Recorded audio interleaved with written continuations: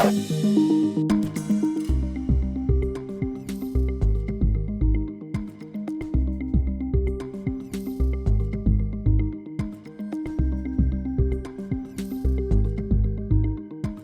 now, from the CFTK-TV studios, this is Open Connection with your host, Robert Pictou.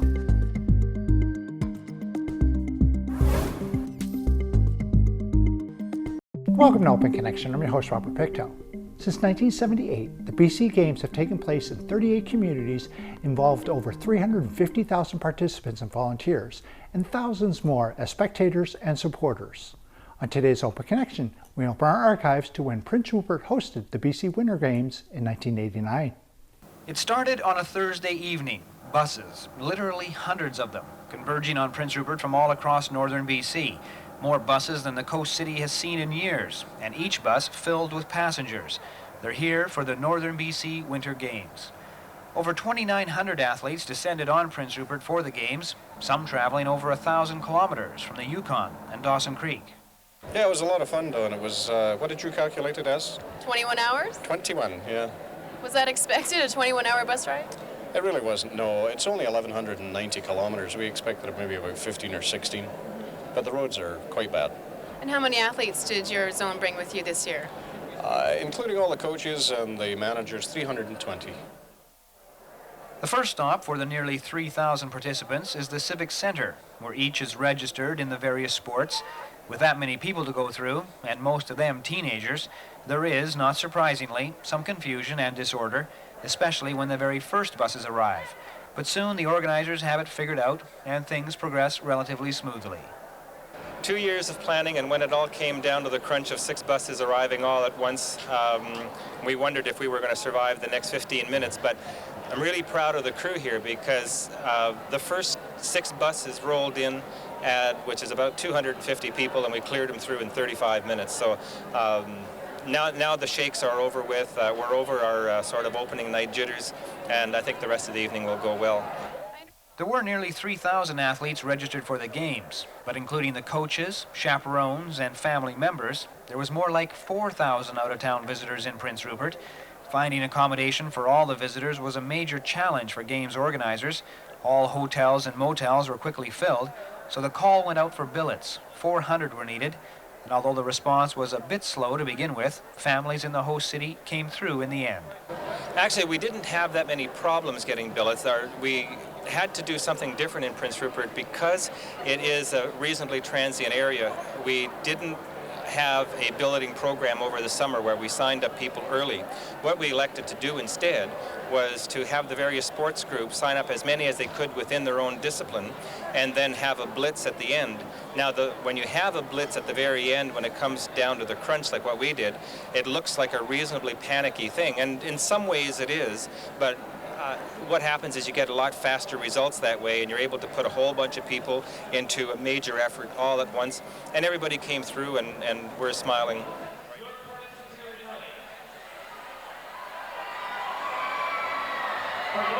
With the athletes registered and billeted out on Thursday, that set the stage for Friday night's opening ceremonies. Like many traditional pageants, the Scott Pipers started things off with a blast of the bagpipes.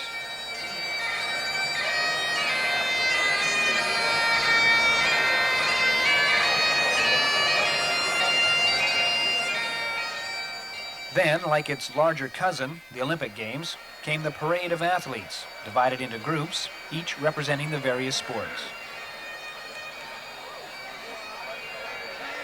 And there were the other sights associated with opening ceremony-type spectacles, speeches by various dignitaries and politicians, including Prince Rupert Mayor Peter Lester, Area MLA Dan Miller, and Forest Minister Dave Parker.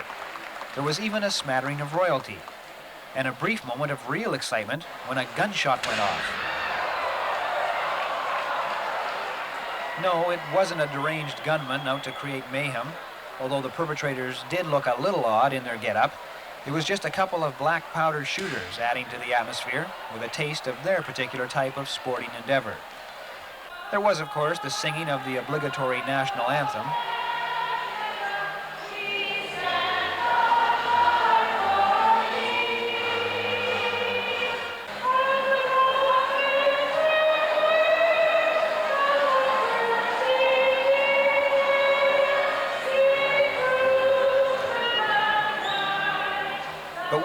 What's this? They're also singing the American national anthem? The Star-Spangled Banner at the Northern BC Winter Games? Well, it's a first. These games truly were an international event, as athletes from Ketchikan, Alaska were invited to attend. We figured this year, because of Ketchikan's proximity to Prince Rupert and sort of the sharing of the economies in a way, because they always come through here to get to where they're going, it would be kind of nice to include them as part of the activities here. The other thing that it gave us, of course, is that when the Winter Games, or games of this size, are held in a city at an extreme end of a territory, such as 100 Mile House or Prince Rupert, what happens is that the people at the extreme end find it too long to travel, so you get a lot of drop-off. And so we were able to supplement our numbers by bringing Ketchikan in. Open Connection will be right back after these messages. And now, from the CFTK-TV studios, this is Open Connection with your host, Robert Pictou. Thank you for staying with us. Known as Alaska's first city, Ketchikan is located in the southern tip of the Inside Passage. Let us return to the archives with Ketchikan's coach, Judy Hagen. Ketchikan athletes took the game seriously. A radio reporter covered the events, and the community fielded a team some 200 members strong. We like to come to Prince Rupert. You have so much to offer compared to Ketchikan. We like the golfing in the summer, and we've been here when the boys have tried swimming here.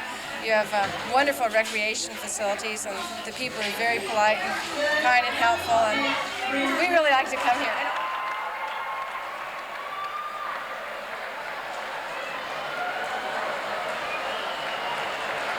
The opening ceremonies were over in an hour, the final spectacle being the arrival of the burning torch and the lighting of the Olympian symbol of competition. The flame of the Northern BC Winter Games would burn throughout the event.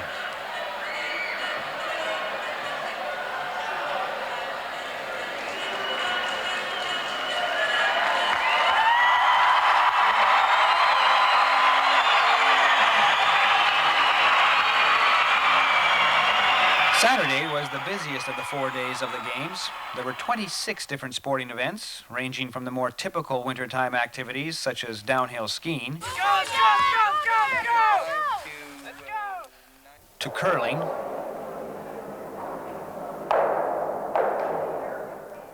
to the great Canadian sporting passion of hockey. And there were also sports more often associated with summertime activities, such as swimming heats.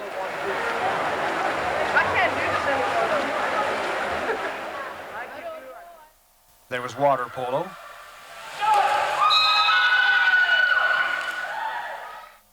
and gymnastic events.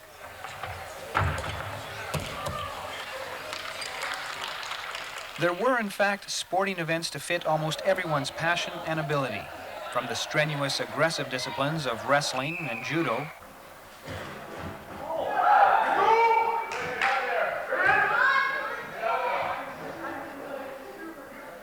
to the more sedimentary, slow-moving sports such as darts and billiards.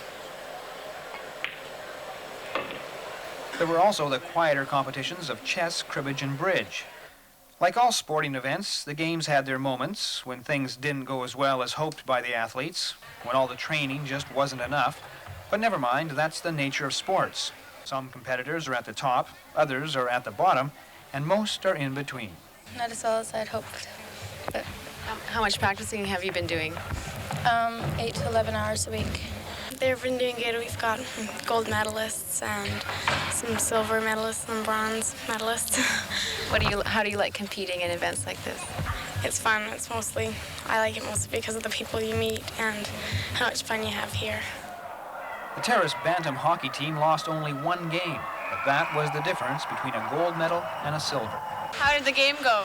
It was pretty hard. It was Tough team. Good hustling game. Yeah. They have a good hustling team. Working hard, well disciplined. So how many games did you guys play? 4. And we won 3. Didn't lose any until this one. This is your first loss? Yeah, first loss, so it's silver medal. Literally hundreds of medals were won at the games. It's nice to win, of course, but there's much more to the games than just the number of medals an athlete accumulates. First and foremost, it's supposed to be fun. And there's the camaraderie and friendships that develop from meeting new people. The spirit of the games shouldn't be measured by first, second, or third place finishes, but rather by the number of smiles created and memories taken home.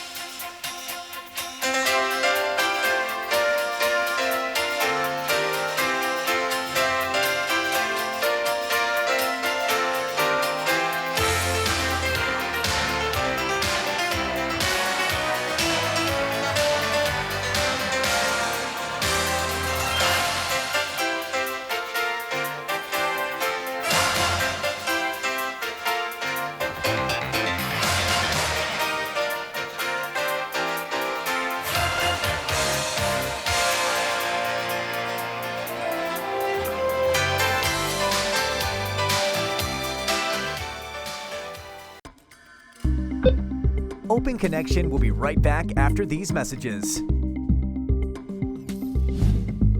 And now, from the CFTK-TV studios, this is Open Connection with your host, Robert Pictou. Welcome back to Open Connection. In 1959, the Sulphur Mountain Gondola officially opened, becoming the first gondola of any kind in Canada.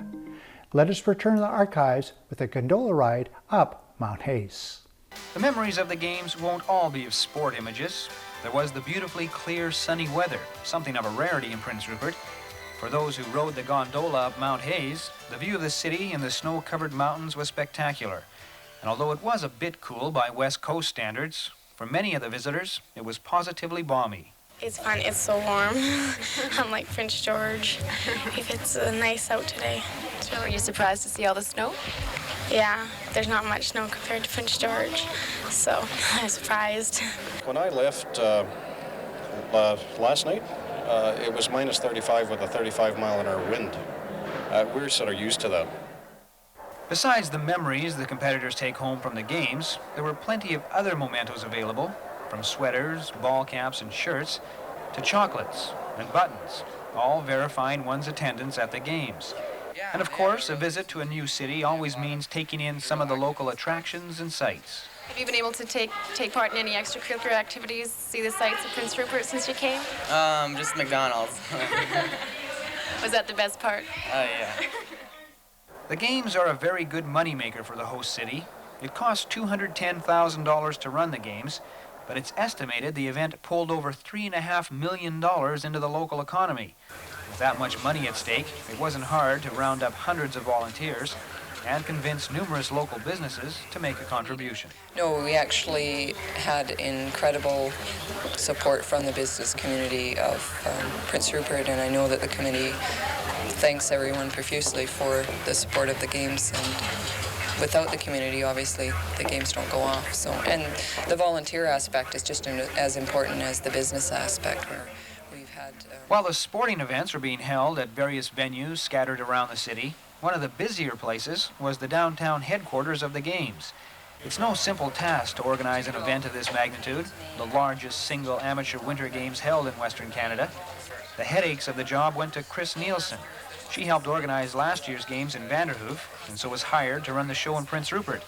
The list of things to do seems endless.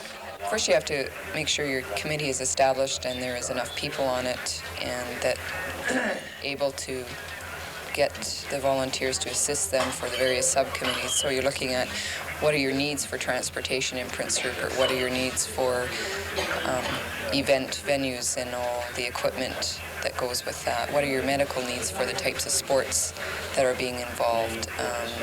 Communication obviously is the most important part in terms of ensuring that information is passed around as promptly as possible. So how many radios do you need?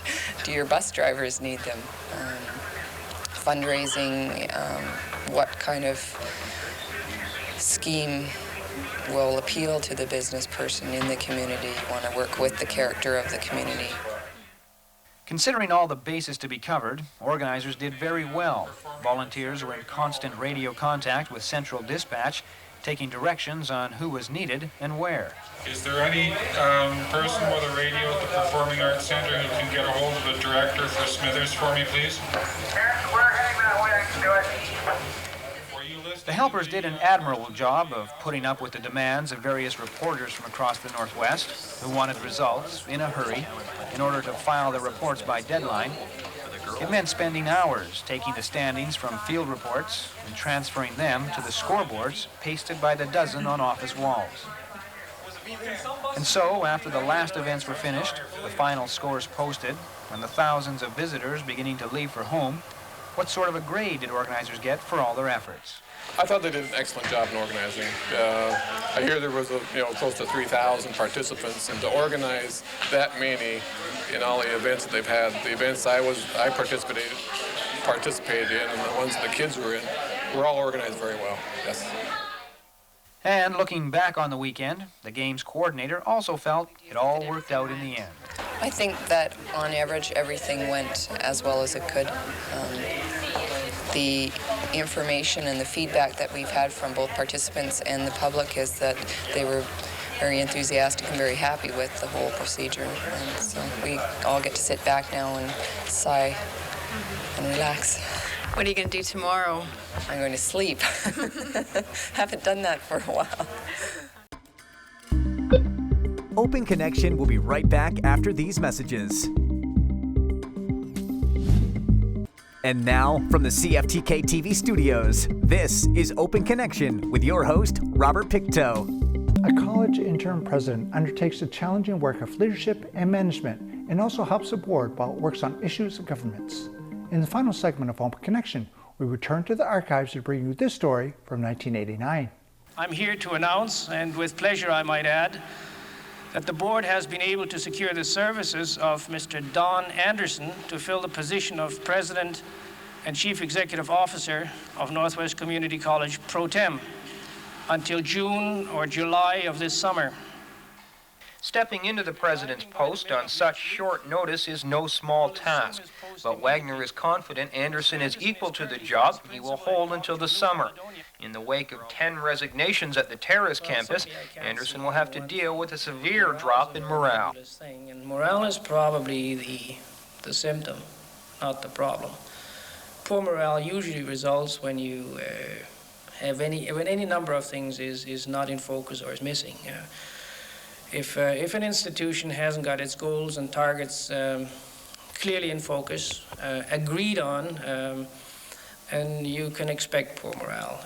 When communication is sloppy and is not clearly defined and clearly understood, you can expect poor morale. Any number of those kind of basic elements of good organizational structure and dynamics will result in poor morale. And as we learned firsthand, indeed they did.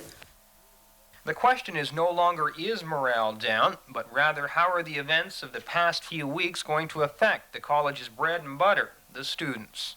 Directly it doesn't affect the students, but you know, you can't help but pick up on an environment and what's happening in it.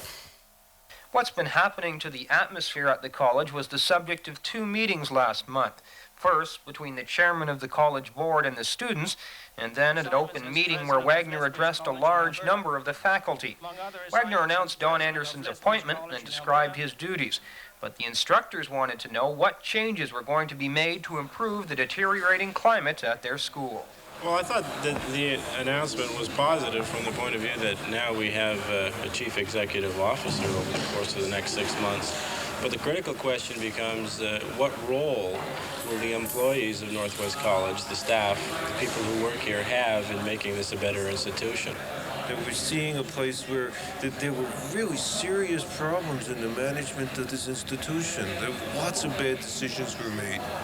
And this was taken under the situation where there is quite a lot of expertise and experience within the employees of the institution, but they were blocked from having a role in affecting decisions. And this is the central issue that's going to have to be addressed in this coming year. There's been a real string of high-level resignations here. Does that concern you? So I guess it doesn't concern me because I probably wouldn't be here if that hadn't happened, and I enjoy being here. I think that's very typical for an institution that's been in place for a fair period of time. Certainly the college here has changed, and certainly the emphasis on outlying areas. We're over 50% of the enrollment now is outside of this city. Sometimes systems, power bases, and so on don't shift as quickly as the operating side of the college is moving. And as a result, I think that you find that you enter these phases where you need some major changes for more growth and innovation. And that happens in every place. So you're hoping this was just a phase? Yeah, I'm sure it was just a phase, and I think judging from the people that I've met here at the college, there's lots of enthusiasm and lots of ideas for where to take things from here, and I'm very positive that that the college is now launching out on a new phase, and it's going to be a very positive few years. There was an internal evaluation done here at the college. It was quite critical. Will any of the evaluation be implemented in your 6 months or so here? Definitely. I've been through both the internal evaluation and the external report, and many of those items that are in the evaluation will form part of a plan that we are now starting to work on. Thank you for joining us for this episode of Open Connection. The greatest distance in the existence of man is not from here, but the connection from his mind to his heart. If we can conquer that distance, we can soar like an eagle and realize our immensity within. I'm Robert Pictou.